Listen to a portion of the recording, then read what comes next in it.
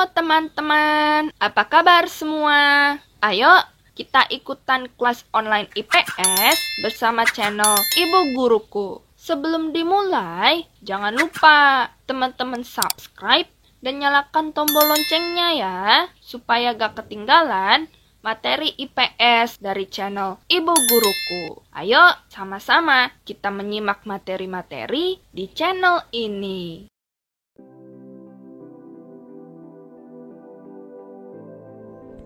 Assalamualaikum warahmatullahi wabarakatuh. Apa kabar Ananda semuanya? Semoga hari ini selalu dalam keadaan sehat walafiat, selalu semangat, selalu bersyukur dan selalu menjaga kesehatan.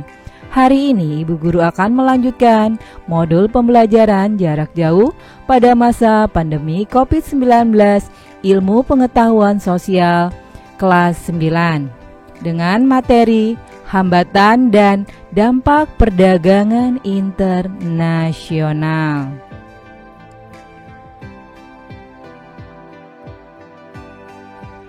Tujuan pembelajaran.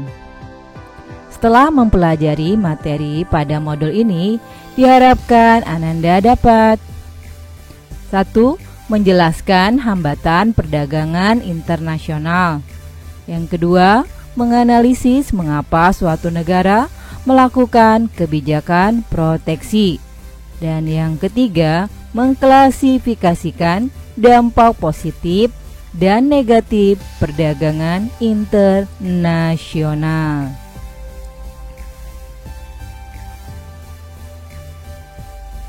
Yang pertama, menjelaskan hambatan perdagangan internasional. Dalam kegiatan perdagangan internasional, seringkali suatu negara mengalami hambatan. Tahukah Ananda apakah yang dimaksud hambatan perdagangan internasional? Hambatan perdagangan internasional adalah regulasi atau peraturan pemerintah yang membatasi perdagangan tersebut.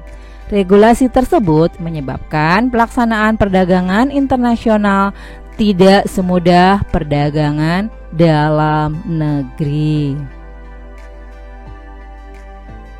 Kerumitan tersebut antara lain disebabkan karena adanya batas-batas politik dan kenegaraan yang dapat menghambat perdagangan, misalnya dengan adanya biaya, tarif atau kota barang impor.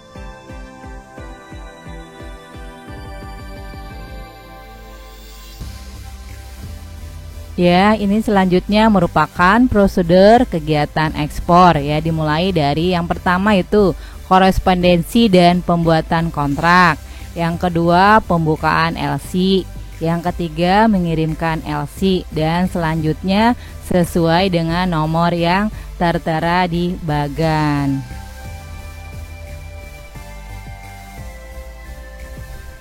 Ya, selanjutnya yang kedua yaitu menganalisis mengapa suatu negara melakukan proteksi perdagangan. Kebijakan proteksi perdagangan atau trade protection adalah kebijakan pemerintah untuk membatasi arus ekspor dan impor barang dan jasa.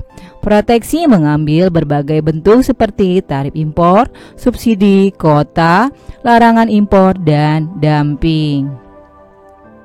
Tujuannya adalah untuk melindungi kepentingan perekonomian domestik, misalnya melindungi produsen lokal dari persaingan impor. Yang ketiga yaitu mengklasifikasikan dampak positif dan negatif perdagangan internasional. Indonesia melakukan kegiatan perdagangan luar negeri dengan jenis barang dan komoditi yang berbeda dengan tujuan negara perdagangan yang berbeda pula. Kawasan perdagangan Indonesia mencakup 5 benua yang terdiri dari kawasan negara ASEAN yang selama 5 tahun belakangan melakukan kerjasama bilateral ke 9 negara tujuan yaitu negara Thailand, Singapura, Filipina, Malaysia, Myanmar, Kamboja, Brunei Darussalam, Laos, dan Vietnam. Kawasan negara Asia lainnya dalam melakukan perdagangan internasional antara lain adalah Jepang, Hong Kong, Korea Selatan, Taiwan, Tiongkok, dan lainnya.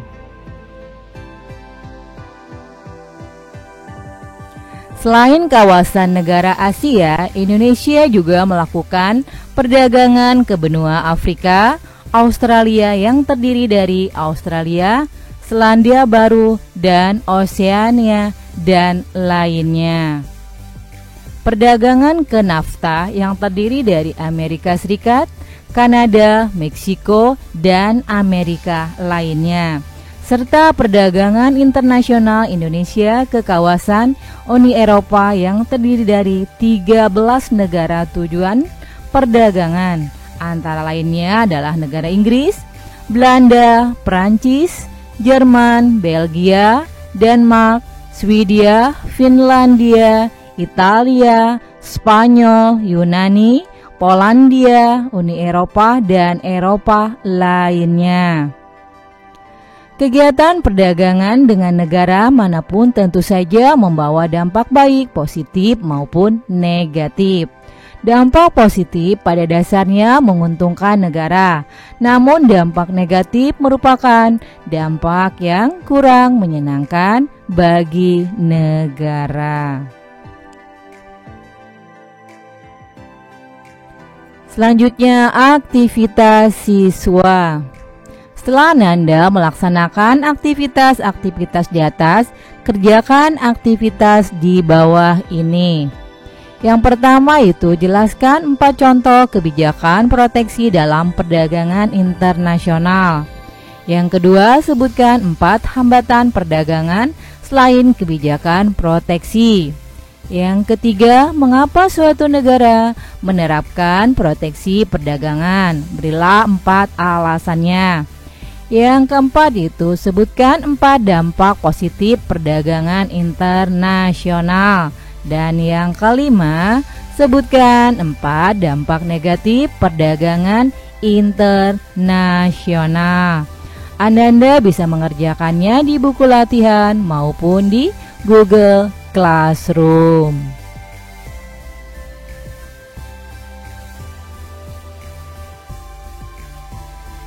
Demikianlah pembahasan hari ini. Semoga bermanfaat. Ibu guru ucapkan terima kasih.